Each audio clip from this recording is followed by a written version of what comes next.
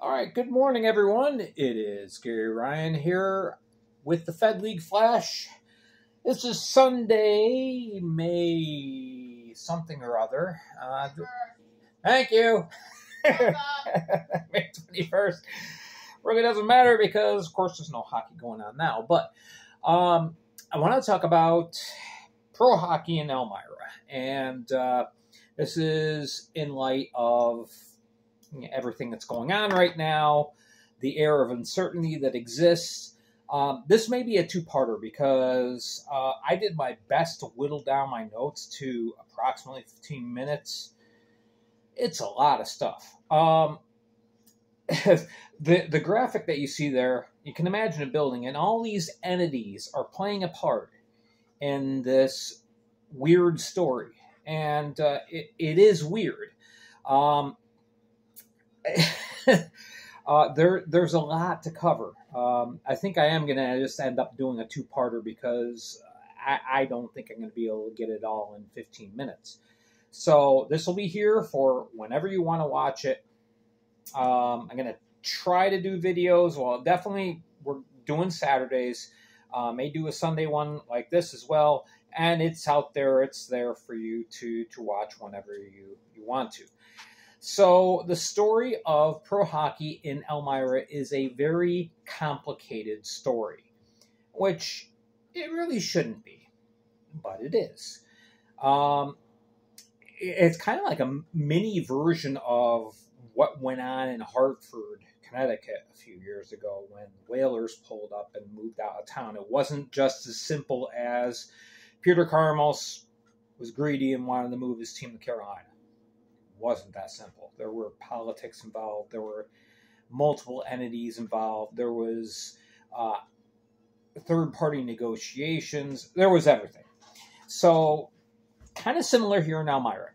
So, okay, I kind of narrowed this down to 4 chapters. So what I'm going to do in this video is cover the first 2 chapters. All right. So things begin in the late 90s. Elmira downtown, the business district is kind of dying. There's not really anything to bring people into the area, and so calls are made to revitalize downtown. And the proposal is either a civic center or an arena. They chose an arena. Okay, so plans begin with a plan, with a vision to bring people to downtown from outside the area and within the area as well. So an architect comes in, agreements are drawn up. So an $11.6 million arena is proposed, 3,800 seat arena. First of all, okay, the first complication here is the low budget on the construction cost. $11.6 million in 1999. All right, compare that with the Broome County Veterans Memorial Arena in Binghamton, 60 miles away. Okay, that was constructed in 1971. Construction started in 1971 at a cost of $7.5 million. Okay, the Binghamton arena, though it's gone through a number of renovations, it's built to last. All right. So you figure in inflation, okay, you're talking about almost 30 years later, and the budget for an arena complex is only $11.6 million. So once the plans are drawn up and everything's agreed upon, a new roof design is implemented. Okay, cost gets bumped up to $16 million. Still, that's kind of bargain basement. All right, so in the first year, Tamer Affer is named the first arena GM.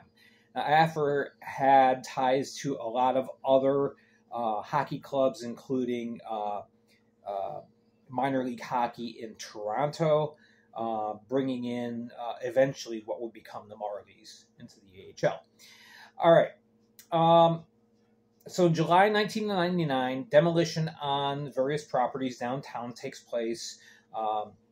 some businesses are not happy with getting forced out of downtown, but it was seen for the greater good. It's going to bring people in.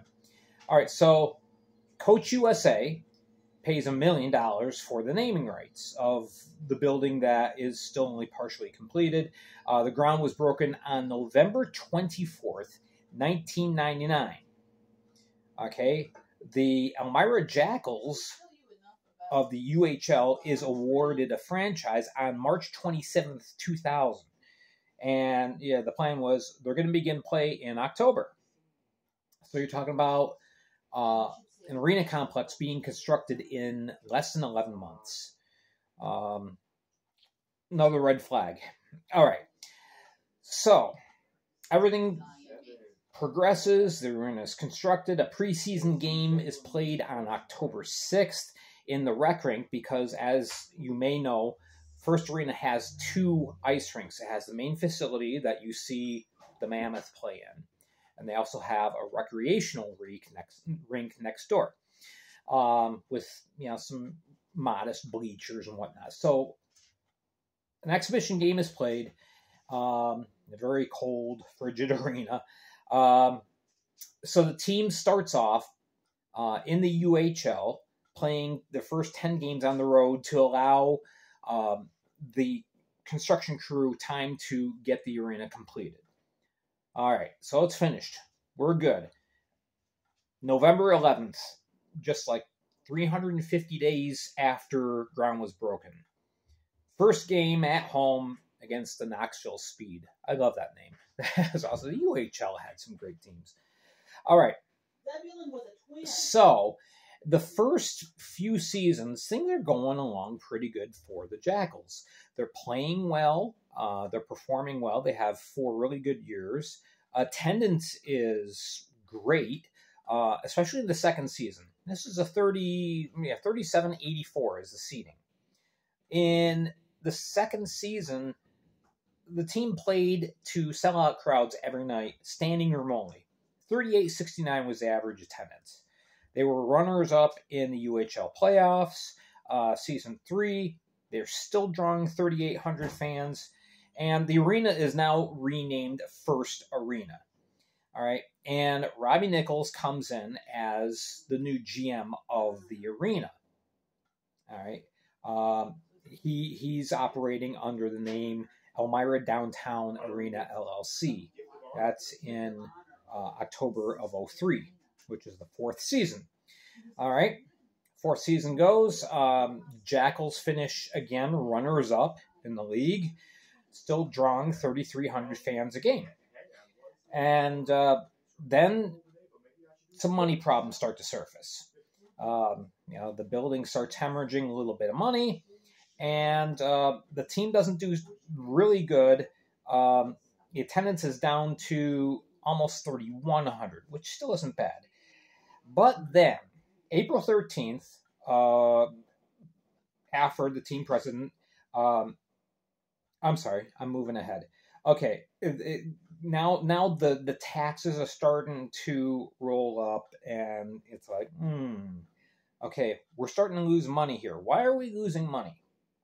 All right, so the 6th and 7th season don't go well. Jackals don't play well. The UHL is dying. It's on an iron lung. In the final season, the attendance was down to 2,087 fans per game. And that was still second best in the league. Okay, in what had gotten whittled down to a 10-team league. At one point, the UHL was 15 teams. All right, so the UHL has moved on. A lot of the teams that used to be close to Elmira, they're no longer in existence. Afra sees that if he wants to keep hockey relevant, he needs to move out of the UHL. So he takes $2 million, pays an expansion fee to join the ECHL on April 13th of the final season. That's 2007. All right. So the Jackals continue on. The arena continues on. However, in April, right at the end of the season, in October, it's found that there is a major default on back taxes. So through a lot of agreement, they enter into an installment plan for a 5-year plan to pay back all the back taxes. However, that doesn't account for the expenses that would be accrued in the meantime. But anyway, all right, so we go into the second chapter. Jackals enter the ECHL, enjoy some early success during the installment agreement, but bills were starting to slowly accrue. First year, they'll draw 3,500. They're very successful on the ice. Second year, 3,300. Third year, 3,600. Fourth year, 3,500. So, they're filling the stands. And the fifth year, they're going along pretty good. 3,300. 3,370 is the average attendance. But suddenly in January, it's announced that Chemung City Court is filing for foreclosure on the arena because there's so much taxes owed. There's $123,000 in back taxes that's owed. So the public gets news of that. They get kind of scared off. Attendance starts to dwindle at the tail end of the year. So in 2012, an organization called the Southern Tier Economic Development operated the arena. They tried to buy it back by paying the taxes, but the county legislature tabled that deal. All right. So in March, there's a new organization, Elmira Downtown LLC. They sue the STED, the county, and Robbie Nichols, who was helping to operate the arena. Finally, in May, a deal is reached. AFR signs an agreement with the county and STED to allow the Jackals to play the following season because there was a lot of noise that the Jackals weren't going to return. So, year 6 comes. The team does very well on the ice, but only draw 24.78 on the average. People are wondering, is the rug going to get yanked out from under us? They see all the news. They see what's going on. They're going, this doesn't look good.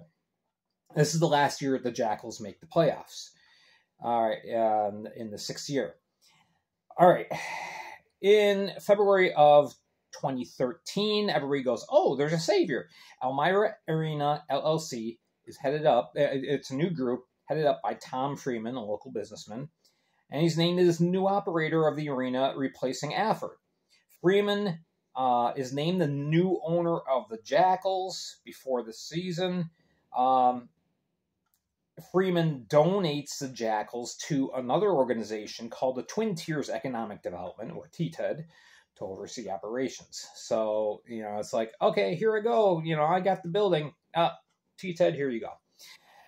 All right, year 7, team plays not well on the ice, doesn't draw well, 26-29 is attendance. Year 8, attendance is up to 25.57. Well, okay, year 9, attendance is up to 27.85, but then new news as in comes the Chemung County Industrial Development Agency, and they purchased the arena with a down payment of $300,000 to search for a new owner from the private sector, and that never materialized. There was never a prospective owner that stepped forward and said, yeah, I'd love to own a team. So CCIDA bites the bullet. Final year, the team plays just awful. There's only 2,300 fans coming in through the gate, and things are not looking good. And on this note, we end on a cliffhanger for this segment of the video. Again, I told you I needed 2 parts to do this because it is so involved. There's so many parties involved, as you see. All right, so we've gotten through our first couple of chapters. Jackals hockey is done in Elmira, and everyone's scratching their heads wondering what next, that's how we end the second half as well. But anyway, so tune in later on. I'll upload the second half. Make sure to hit like and subscribe. Tune in later, find out where we go from 2016 to now. I'm Gary Ryan for the Fed League Flash. Thanks for watching. We'll talk to you again soon.